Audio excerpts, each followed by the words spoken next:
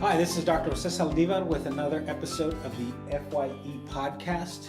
Joining me today is Tomás de la Cruz and Cynthia Saldivar. And so Thomas and Cynthia are joining me today as we revisit the hero's journey. Earlier this year, we started the podcast with the first stage of the hero's journey, which is the departure stage, and we had a great conversation about departure. Midway through the year, in between semesters, we had a conversation about the middle part of the hero's journey, the initiation stage. And so now, with the conclusion of another school year, we come to the return. And so who wants to start us off? Cynthia. No. By all means. Okay. Well, first, can you define the return for me? Yeah. Or in the context I of wanted this situation? I wanted you to define the return. That's what I was going to ask you. You're the writing and literature person, and so for me, I came to you and I invited you to the first podcast with the idea of the hero's journey because I immediately saw the parallels between departure and even in the initiation stage. But tell our listeners, tell me, what does the return stage look like for our students? Is it they're returning to campus? Are they returning to their homes changed? Because my understanding is that return is they've experienced some sort of transformation. Yes. So where is that? What does that look like for our students? Man, that's a good question. That's what I was hoping Cynthia was going to be first. So I could just say, yeah, she has a point, man. Everything she said. So when I think about the return, I think about like catharsis, right? Like a purging of emotions that like all of a sudden like all these tears and all these hardships all make sense, right? It's you come out understanding it, right, with a deeper understanding of yourself, of the world around you, right? So having said that, like a deeper understanding of yourself and the world around you, right? Then I pass it on to Cynthia because she's going to tell us what that looks like for our students. Or let's start with what that looked like for her, right? Because you did a literal departure and a literal return. I guess. So I guess I think that our students kind of face the return at multiple times during their academic year. Because when I think of personally the return, I think of my return coming home from Bowling Green State University, and you spend a year, and then for those students who maybe are living in the dorms, you go back home and there's these roles, right? And mom and dad are still mom and dad, and they still expect you to be mom and dad, but yet you've been an adult for a year and you've made your own schedule. So how do you return back into that family role?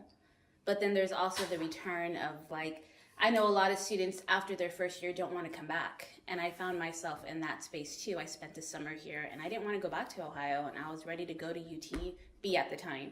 And so the return of getting back on that plane and going back to school because I was a different person. And then So let me ask you, in your situation, why didn't you want to go back? I was so close to my family, and I was very typical. A lot of people in Brownsville say, I can't wait to leave, I can't wait to leave. And you don't really appreciate how great Brownsville is until you're gone and you're in Ohio surrounded by all of these people that don't look like you, don't talk like you, and you just want to come home.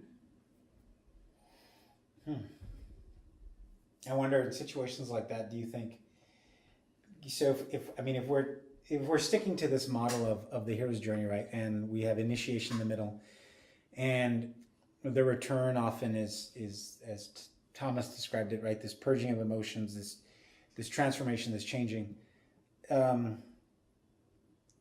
For you, how would you describe, what was that like for you? Because, you returned from Bowling Green, but you returned from Bowling Green thinking, I don't want to go back to Bowling Green. So those purging of emotions, for you, was the transformation realizing, like, I love Brownsville, I love my family, I like maybe a realization that you didn't have before? Because I think that transformation looks different with every student, right?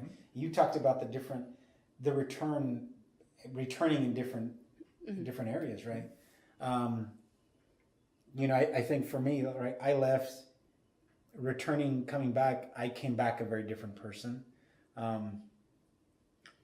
I recognize the value of South Texas. I recognize the value of home. But at the same time, I was ready to go back to school also. So when the time came that the semester's getting ready to start, you know what? I think I'm ready to go back again. But for you, it was different. That transformation for you is realizing I love home. I think I want to stay closer to home. Right. And I think my ultimate return was like, I went back to Bowling Green and I realized, when I think of like purging of emotion, I think of graduation.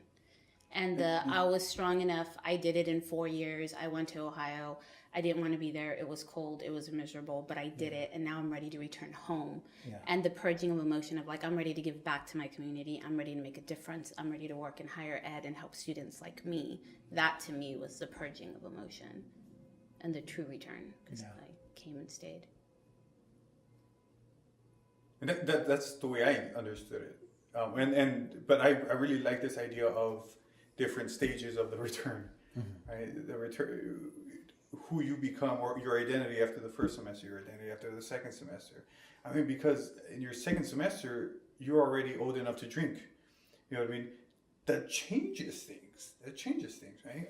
Not to say you're going to go out there and get hammered every day, right? But there is a big transition between, you're still underage to now you're of age, and now there's a different life that now you are accessible. You have accessibility to, even if you don't drink, right? But this idea of now I can do things that I couldn't do before, right? So I really like that. And you threw me off because I didn't consider that as a thing, so I didn't plan for that. But I very much took it as graduation and the person I was when I started, and the person that I became at the end.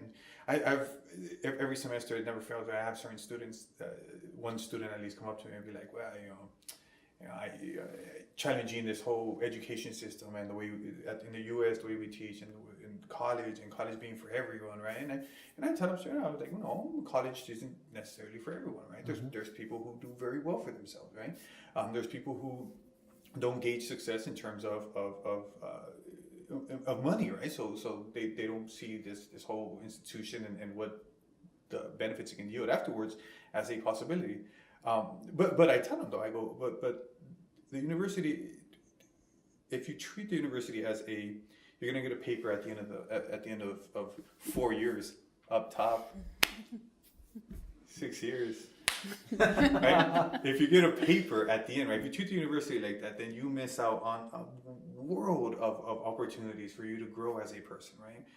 If you view the university as a place that forces you, maybe forces not to, it gives you the opportunity to be in contact with people from different cultures, different ideas, and even if your last name is Saldivar and mine is de la Cruz, we have different cultures. We find different cultures here in the university, right? An hour away, 60 miles away, Brownsville culture is different than McAllen culture. Then I realized that when I taught over there 2 years ago, or when I did 2 years teaching in Brownsville. But this place, right? This place, it beautiful opportunities for you to learn how to interact with people, for you to become a person who can have conversations with anyone about any topic and be able to have inputs in there, right? Because it forces you to take different subjects and to interact with different fields and different people, different experts who all are passionate about the things they're doing and who expect you to interact with them, right? So before you continue, Thomas, both Cynthia and I left. So it's easy to identify the parallels between our journey and coming back. You stayed, you had a different experience, right? Yeah. For you, what did the return look like? More academic, more. My family was here, right? I would go home and I had the support of my family, right? People here look like me, talk like me, sound like me, right? And so mine, like my focus more towards academically, who I became as an academic, as a person, and maybe academically what I said, but maybe I should how I developed as a capable person, right? As a person who I can do that. Like you said, right? You did it in 4 years. That inspired a lot of confidence in you to come back and do these things, right? And right now you're doing a lot of work, a lot of great work with these students, right? But that was accomplished by this journey, right? The journey that we travel, right? So even, and I tell my students all the time, even if you a whole lot of people that graduate with like sociology degrees, psychology degrees, and English degrees, right, end up working for insurance companies that don't use those degrees, but they do very well at those insurance companies. Why? Because the university trains you to be a particular type of person, a capable person, right? You are trainable, you are dedicated. And that's, I think, that return or that transition that I found myself in, right? Where I look at the projects that I would engage in my first year coming into university, right? And they sucked, right? And then versus the projects that I did, in my graduate, in my senior year here, like that, and I appreciate the fact that this place, this institution, right? No, it's not for everybody. Yes, we have a lot of issues that we need to address, and education is always changing. I completely understand that, right? But this whole idea of being placed in situations where you have to modify yourself and you have to change, and it's not necessarily a bad thing. It's not at all a bad thing, I don't think. Do you feel like students see it as a bad thing? Like, I mean, because where does that come from? That perception that the fact that we change and that you might undergo change and that there are opportunities for you to change. Do we see it as a bad thing, as a negative thing? Do we see it as a... I mean, one of the big things that I learned is that having multiple identities is a thing, and that's okay. That's fine. Yeah. At the same time, there is like this identity of a student is also the identity, like your identity as a student should be the one that I think overshadows all the rest of them. Because you have your home, who you are at home, but who you are as a student who you are at home should not overshadow who you are as a student. So then that manifests itself in a lot of ways, right? Your responsibility is to your house and to your family, yes, right? When that responsibility doesn't interfere in the thing that you are really trying to accomplish at this place. But anytime that we are forced to change our identity, is that there's a resistance to it, I think. Well, and what you said is very piqued my interest when what you just said about your personality, your identity as a student should overshadow your other identities, and I say that not to challenge you, not to contradict you, but more again for clarification, because we work with first year students. They come in and maybe they are still trying to find that identity. Maybe they are trying to develop that academic identity. But certainly if there's any identity that I think they feel maybe is well defined, is that home identity. And for a lot of them, I have an exercise in class that I'll do the first day where I'll ask my students to draw themselves. And I'll say, okay, now list the roles that you inhabit, right? The different identities, right? Oh, I'm a member of a church congregation. I'm a worker. I'm a, and then the different relationships. And I'll often ask them, what is the most important of those roles, of those identities? The majority of the time, 95% of the time, family's number one. It's interesting that you gave me a high five for 4 years. I think the reason I graduated in 4 years was because I went away. I don't know if I would have graduated in 4 years staying in Brownsville, because I think my family would have overshadowed my academics. But because I was away from my family, my student identity was primary. So I don't know how I would have done with family. Considering that you spent 3 years. That's one. So, and I think that's a good point, because that's the reality of a lot of our students. Yes. Is that family is number one. And I 5 years ago, no, not 5, 10 years ago, I think I would have said your academic life needs to overshadow your family life. I don't know that I agree with your point anymore. Not anymore? Mm-hmm. I don't, and okay. I don't agree with it, but I also do agree with Cynthia, whereas if knowing myself, knowing my relationship to my parents, knowing my relationship to my family, if I had stayed here, I don't know if I would have graduated from here in 4 years. So you're telling me you understand? I understand that. And so, help me clarify. So I understand that. But I also understand, right? I don't feel like they need to exist in opposition to one another. I completely agree. And so, like, for me as a faculty member, I see my role as incredibly important to helping them teach my students how they can coexist. True. Because I can't tell a student I got an email last night, 1 a.m, from a student that said, my father is in the hospital, has just been admitted to the hospital. I don't think I'm going to make it to class. I'm going to try to. And so I emailed and I said, go be with your father. Mm-hmm. And hopefully he's okay and everything's okay. Get in touch with me later about class, right? I can't tell a student that that's not important. And so for me, like I see my role as how do I help them navigate both? If that they are both equally important, and if there are two that I would love them to have equal importance, because even getting them to having that academic identity be at that same level, I think is huge. Mm-hmm. Now asking them for it to overshadow, then I think it's you're treading dangerous ground. You're right, and maybe overshadowing was not the opportune the word that I was looking for, right? Mm-hmm. Or obviously it was since I brought it up, right? But you're right? If a student emails me and says that there's a family issue, I do not challenge them on that, right? But I do recognize that there are in 150 students that I have, those family issues are not the thing that comes up the most. Mm-hmm. In circumstances like that, yes, I completely understand that, right? But what I do push my students to do is, if us as students, we need to change our identity when we get here, right? And our family is a big part of that, then our family should change their identity as well. You are no longer Jay Saldivar. I mean, you're not Jay Saldivar's dad, who Jay Saldivar is a high school student. You are a college student going with Jay Saldivar to college, right? Yeah. And everything around, like, your family should revolve around your success in that thing, right? That's what I push my students to do, right? And that's what I push my own family to do.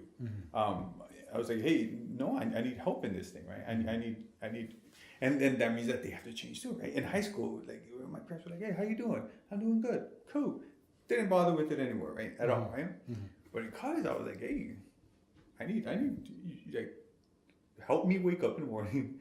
You know, you might need to pick me up, right? And you know, you might have, like, I'm 18. I'm not reliable at all. Right? Okay, so like, how do we coach our students to do this? Because I did my master's here, and my mom just expected me to just do it without, like, I took care of your daughter while you were in class, and now it's your time to take care of her.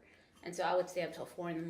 doing papers and a lot of stuff she didn't see. Sure. And so when she went to my thesis defense, she sat down with Dr. Guajardo, and, you know, Dr. Guajardo started asking her questions, and my mom started crying.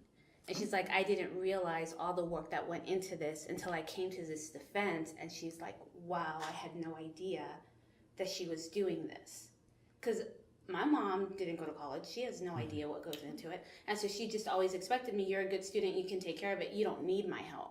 And my personality, I just did it. So how do we coach our students to help their families realize this if their families may not have any clue what goes into this? When I did my thesis defense, my mom and my dad went to it, and after it was done, my mom was like, so you wrote something? I go, yeah, I wrote a collection of short stories. Like, but about somebody else? I go, what do you mean? Yeah, like you wrote like a paper about somebody else's? I was like, no, I wrote a collection of short stories. She's like, how many pages was it? And I told her, it was like 120 pages. She's like, what? Right, so so one is, I think, how do we coach them? Jay will answer that one. But one, I think we have to, that you brought up an interesting point, right? That I don't think they know. It's not that they do it, I doubt the parents do it out of malice. Right. Yeah. You know what I mean? I don't think they know that all of this is involved in this process, if they haven't gone, which a lot of our students, their parents haven't gone to university. So you do, I think your department does this Road to Success, but for parents. I think that's a great thing to do. Absolutely. Bringing parents in, right? And telling them, hey, these are the services available. Yeah, and the presentation I gave was about that exactly. I go, you're going to define success differently than your kid defines success. You need to not meet halfway. You need to understand the way that student is defining this thing. Right? If success for them is getting straight A's, then you need to help them get those straight A's. If success for you is for them to pass, you pass with a C, cool. But that's not what your kid wanted, then you're going to start, there's going to be a problem with that support that you have on them. So, coaching, I don't know, but I think they don't know. I think the majority don't know these things, right? But Jay will answer how we can coach students on, because that's what your dissertation So was about. making them realize, right? Helping families realize what Yes. academics is. Yes. No. At least so in the UNIV class, I know with my students, we kind of, from the outset, we talk about graduation rates. We talk about the challenges that Latino students face. And so they quickly recognize, right, that their parents don't know. Their parents are, just as you said, they're clueless to what are the expectations, what is it like? And like your mom, you did well as a student. The expectations, you're going to do well in college, you're going to do well regardless of the setting.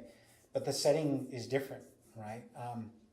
Which I think is why like the hero's journey is so appropriate for this, because it is different. It is really the students, it is a new environment, new expectations.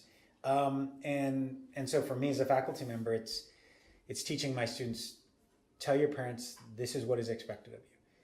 Tell your parents this is how they can support you. You need a place to study. You may need to be on campus longer. Science classes look different. And so it is sharing that information with parents. I did a Road to College Success this morning. And I thought it was great. I had good engagement with the parents. We had good conversation. But then I was thinking, and I've talked to Cynthia about this, is this it? Is this it for the parents? Because of what I shared with the parents, I shared a lot of resources for their kids. Mm-hmm. And I'm wondering, if I'm a parent, what resources do I have? Mm-hmm. Because really, I don't know.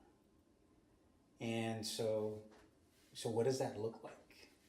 Right? So for our kids, so for my students, I recognize that. I teach them, you're going to have to teach your parents. You're going to have to bring them along. Just as you're learning about the university, you need to teach them about the university. But that is critical, right? If we want that identity to change, so the family remains important, but if they're going to remain important, the expectations and their relationship with their kids needs to change a little bit. What does that look like, and how do we do that? And I think that a big problem is that not this university in particular, but like university culture, mm-hmm. right? It says, all right, your parents helped you to high school. That's it. You're an adult. It's up to you. Yeah. Right? Like, they can't see your grades anymore unless they sign documents that they can, right? They can't see your grades. They can't call parents. I mean, they can't call the teachers. I'm not going to have a teacher parent conference with them. That's not going to happen.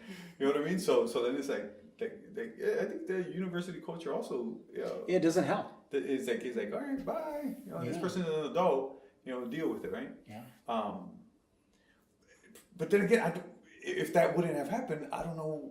Like, then would that have forced me in a position where I don't change as much of my identity, and I continue to rely on my parents, or is that necessarily a bad thing? Maybe you would have graduated in 4 years. Maybe. Right? Maybe if your parents would have understood what was expected of you, would that have changed? Maybe. Yeah. Because especially in with our students, right? Parent influences mm-hmm. run deep, even like to 24, 25, deeper. No, I'm 38. Well, yeah. As I was working on my PhD, it took me 8 years to get my PhD. Boom. And some of that, I don't think I could put any of that really on my parents, but I remember there were those moments where, Sunday night, my mom calling me, asking me to go help her do something, and I'm in the middle of a paper because Monday morning I've got to commute to Austin, and I've got 2 degrees, but my mom still doesn't understand, right? Well, what do you mean? So you can't come over, or it's going to be like 30 minutes, and I'm like, no, it's not. I know it's not going to be 30 minutes, right? And so even myself, that 3rd degree was about also teaching my parents. Yeah. This is the expectation. You know what? I can't come over for a couple of days. You're not going to see me because I'm working on a dissertation, or I've got to commute. I've got to do these things. And it isn't part of the culture of the institution. And so I think for the student, we're teaching our students that you've got to disengage, right? Mm-hmm. And maybe we're telling them the wrong thing. Maybe there is some disengagement, but maybe we have to teach our students to be coaches. We have to teach them to be teachers.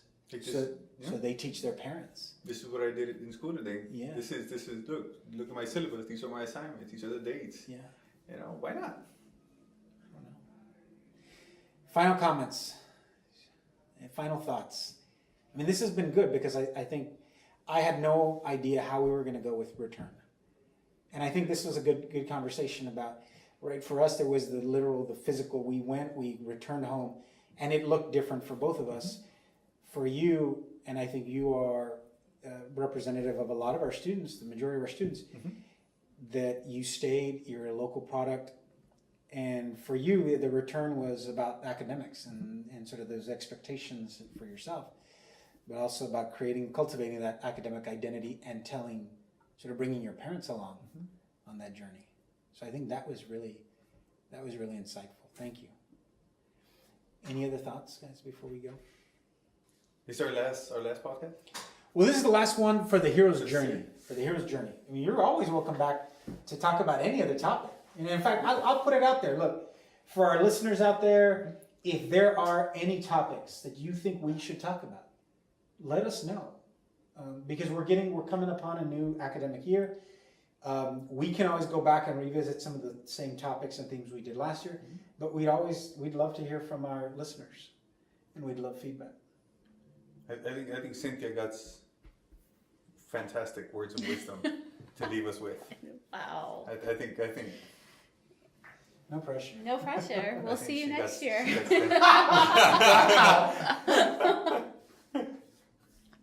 Anything else? No? Okay. Huh? You got something? No? Okay. Well, thank you again for joining us. This concludes another episode of the First Year Experience podcast. You can find us on iTunes and SoundCloud. And be on the lookout for new episodes of the FYE podcast.